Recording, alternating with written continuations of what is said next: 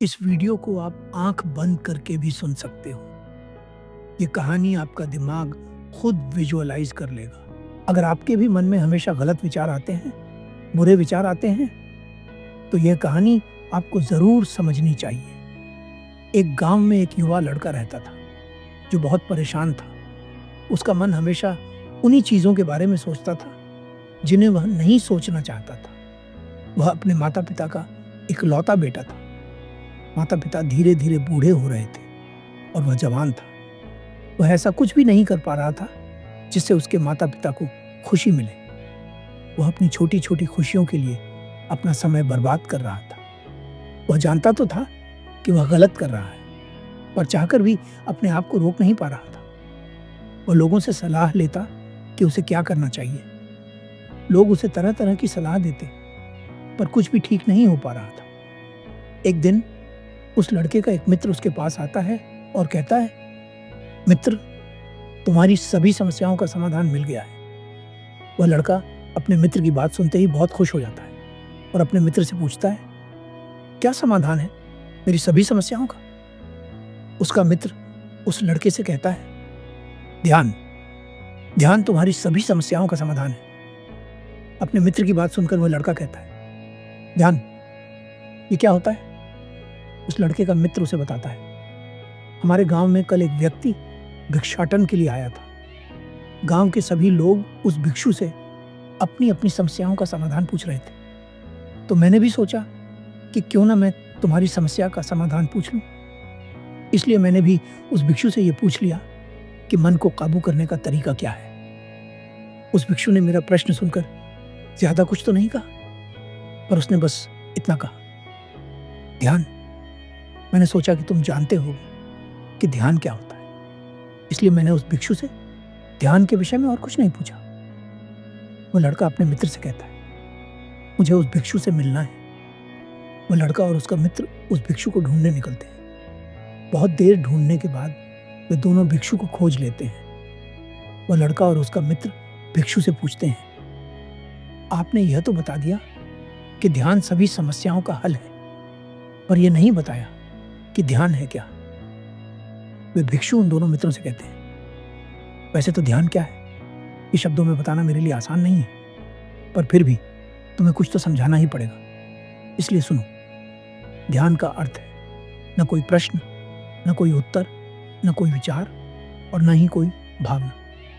यह एक स्थिति है जो हमें हमारी वास्तविकता से मिलवाती है। वो युवा लड़का भिक्षु से पूछता है, इस स्थिति को कैसे प्राप्त किया जाता है?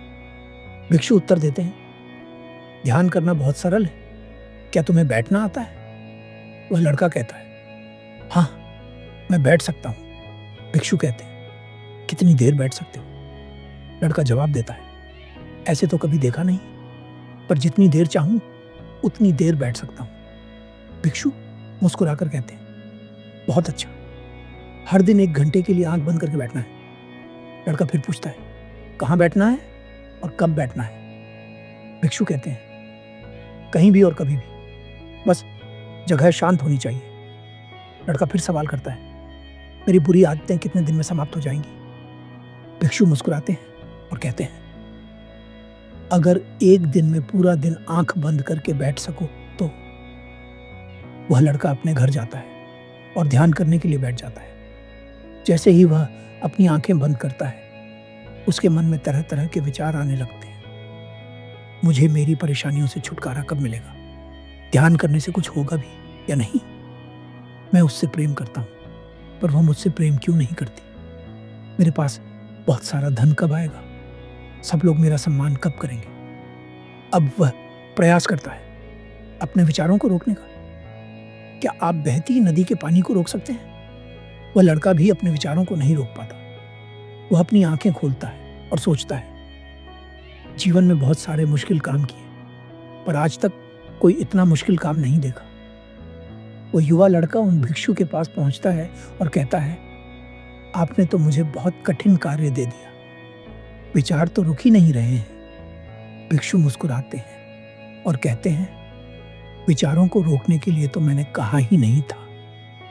लड़का आश्चर्य से पूछता है, फिर विचार रहित स्थिति कैसे प्राप्त होगी? भिक्षु समझाते हैं, हमारे दिमाग में हर क्षण बहुत सारे विचार पैदा होते हैं और मरते हैं। इन विचारों में से हम एक विचार उठाते हैं और उस विचार से जुड़े हुए अन्य विचारों से हमारी सोच बनती है। हम उस सोच में उलझ जाते हैं और भूल जाते हैं कि हम क्या कर रहे थे। इसीलिए तुम्हें बस इतना करना है कि कोई भी चुनाव मत करो। विचार पैदा होते हैं और मरते हैं, बस उन्हें देखो। वह लड़का अपने घर जाता है और ध्यान करने के लिए बैठ जाता है। इस बार वह विचारों को देखता है। कुछ देर तक वह विचारों को देख पाता है, फिर अचानक उसके मन में कुछ ऐसे विचार पैदा होते हैं जिनके बारे में सोचने से वह अपने आप को रोक नहीं पाता और एक गहरी सोच में खो जाता है। कुछ समय बाद उसे याद आता है कि वह ध्यान कर रहा था। फिर वह दोबारा अपने विचारों को देखने लगता है। इस बार मन दूसरी चाल चलता है। मन हमारे साथ चालें क्यों चलता है? क्या मन हमारा शत्रु है? अगर आपके मन में भी यह सवाल है तो इसका उत्तर है, मन आपका दुश्मन नहीं है।